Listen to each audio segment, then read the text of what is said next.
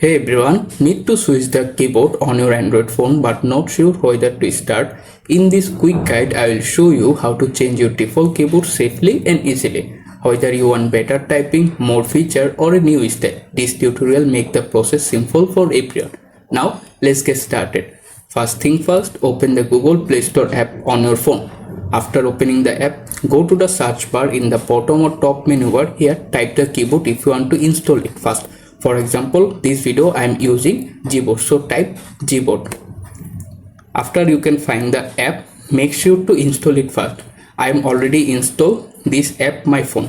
After it installed done, simply return to your home screen. Open the main settings app.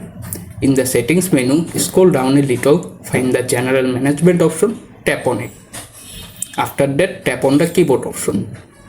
Here you can see the all keyboard available listed there. Find the keyboard if you want to recently install. For example, Gboard, enable it first.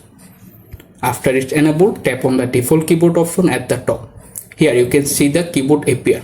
Find the keyboard if you want to set it. For example, Gboard, select it. And that's it, you are done. To check it, make it work, simply return to home screen. Open any text area where the keyboard appear. Now see the newly set up keyboard is appear.